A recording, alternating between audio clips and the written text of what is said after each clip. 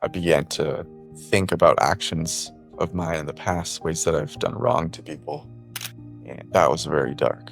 But at that moment, I didn't want to leave. That was the crazy thing. It wasn't like, oh, this sucks, get me out of here. It was like, oh wow, my brain is kind of fucked up. And this is maybe the only way that I move forward is if I go through this course. Like this, it was almost like a desperation. Like, I hope they can fix my mind. I hope they can make me a better person.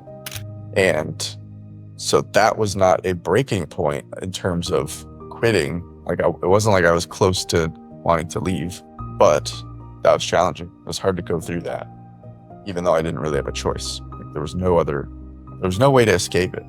I was just going to go through it.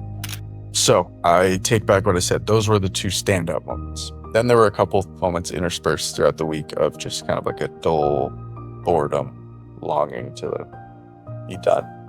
And that's the beautiful thing about this Vipassana is that they teach equanimity, as I keep saying the word. Learning to have equanimity around the fact that I am here. It is day 6. I have 4 more days here. I can count those down and keep anticipating it ending, or I could just accept this is where I'm at and settle into this. I'm going to just keep going, keep giving it my all. So there were definitely moments. I think early on in the week, it was novel. It was boring at times, but I was like getting into it. So day 1, 2, and 3 seemed to move along. There wasn't as much thought of like, oh, I want this to be over, because it was so early. I couldn't even think of the end. I got made my way up to day 5, and I think right after day 5 is when things begin to get a little bit shaky. And that's just because you hit the halfway point. That's like a big moment where I'm like, okay, I'm really in this now. I made it to halfway. That's a big milestone. Then I realized, okay, fuck, I have I have to do that all again. And that's hard.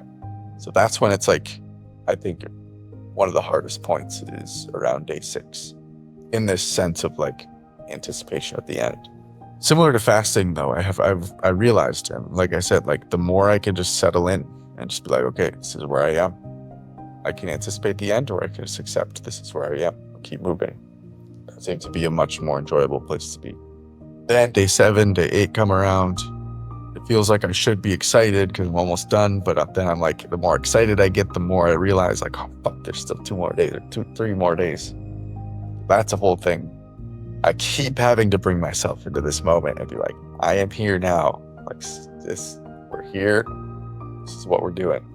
When the noble silence is lifted on day 10, it feels like, oh, we made it, we're done. But really, we're not.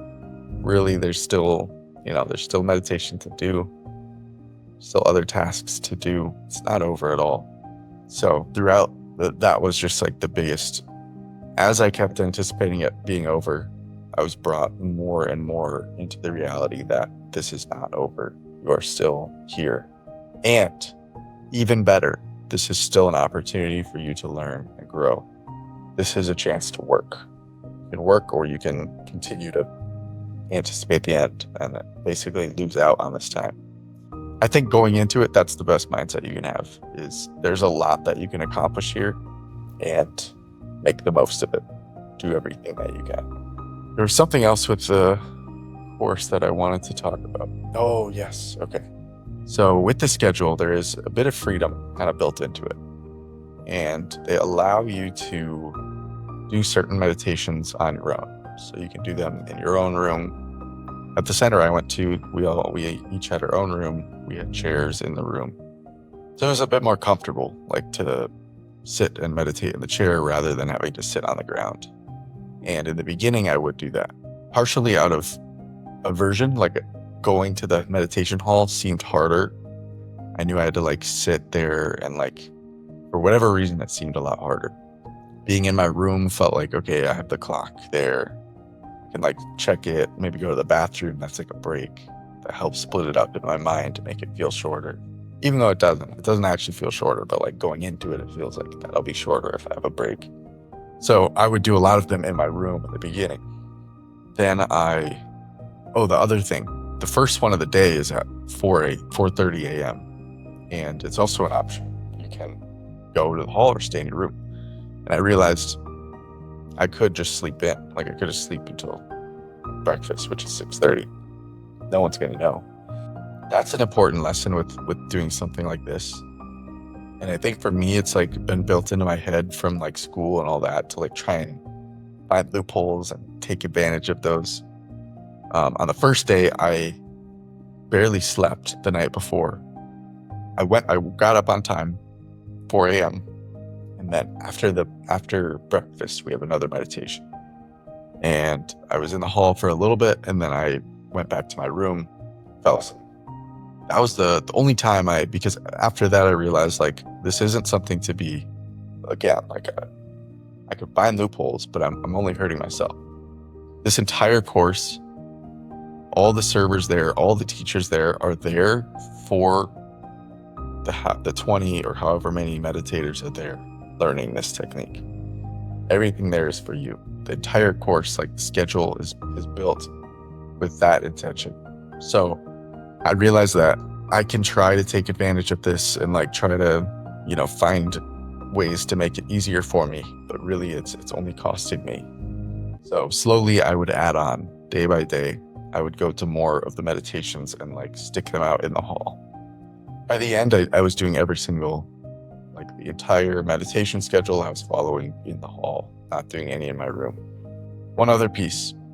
Oh, and by the way, the hall is split into men and women, and throughout the week you're segregated. You only see them in the hall or maybe outside, but we don't walk by them. We're not near them. Obviously no talking. When I would stick through all of the meditations, there were only a couple other guys out of 20. There were 2 other guys that would always make it to the end. And that felt kind of good for my ego to go, yeah, fuck yeah, I'm like top 3. And then I would look over at the female side, and there were like every time at least 10 women who would stick through to the end of each meditation. So that was kind of funny to see. Like the men were definitely lacking on that front.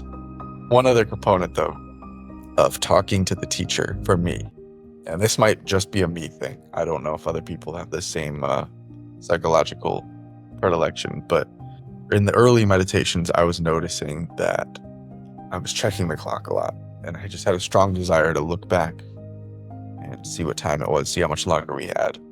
Very natural response, and that response didn't go away. I kept wanting to know the time, but I realized early on, like, this is kind of becoming a problem. It's kind of a distraction. It makes it hard to really dig in deep when your mind keeps pinging. So my mind would keep pinging me, hey, what time is it? How far do you think we got?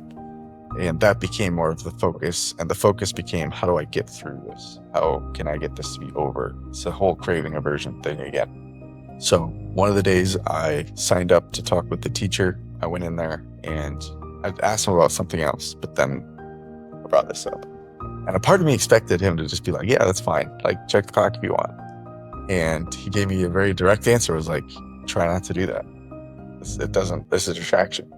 So just hearing that from him, like, again, I think it's like me from how I grew up, like wanting to be a good boy, being a good student. But this fact that like this teacher who I respected wanted me to not look at the clock. I literally never looked at the clock again during a meditation the entire week. And this was on like day 3.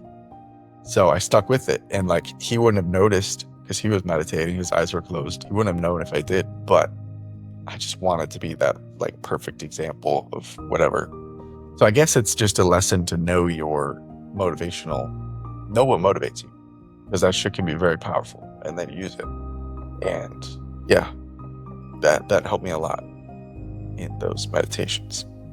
One other thing I noticed with Vipassana, so along the way, I'm learning this technique, I'm following it to a T as well as I can, and then at the same time, my mind is going through this experience, which is not having stimulus that it is used to, and also sitting much longer than it is used to, and being uncomfortable a lot more than it is used to, and not moving in ways that it is used to. Like I didn't work out, I didn't run, eating different foods. So that's one component, is doing this whole Vipassana, learning it. Other one is the no stimulus, and the places that your mind goes, thoughts that begin to come up. Felt like I went through like different sections of my life throughout the week. Like one week was like learning about the last 2 years of my life, reflecting on those. Then I began to go back farther, thinking about high school. Like, oh, this thing happened, or college, this thing happened, this thing. Remember that story. And I remembered a lot of things that I have not thought about in years, like things that just were gone to the void. And I got to reflect back on a lot. Like I said, there was a moment where I really just felt very regretful about how I've shown up as a person in certain circumstances. So I think that is just by nature of having a still mind for that long. That doesn't matter whether you're doing Vipassana or what. You just go sit in the woods for 10 days and do nothing, you will have this experience. You will revisit all of these things from your past. You will get to process, I believe. I'm not really sure, but I feel like I've definitely processed things that were open loops that just have been pushed back in the to the back of my psyche. And now I got to bring those back, iterate over, see them with the mind that I have now versus the mind that I had then. See them differently, understand them from a different perspective. It's hard to understand things from being in the middle of it, but once you get outside of it, see it. So that's another aspect.